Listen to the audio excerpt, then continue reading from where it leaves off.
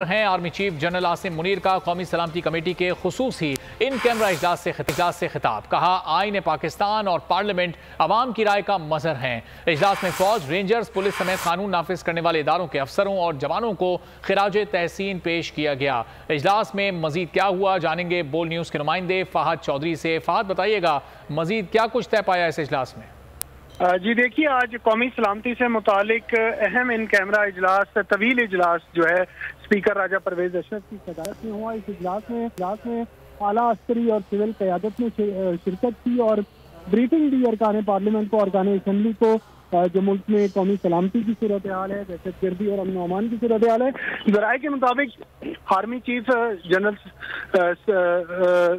Chief ने अरकान assembly से खिताब करते हुए, ब्रीफिंग देते हुए ये कहा कि सेंटर ऑफ ग्रेविटी पाकिस्तान के अवाम है। आइन पाकिस्तान और पार्लियामेंट अवाम की राय का मजन है। अवाम अपनी राय आइन और पार्लियामेंट जी कहना था, मरकज पाकिस्तान के अवाम है और पाकिस्तान। फहद चौधरी, आपसे मजीद भी जानते रहेंगे। बहुत शुक्रिया अपडेट करने के लिए।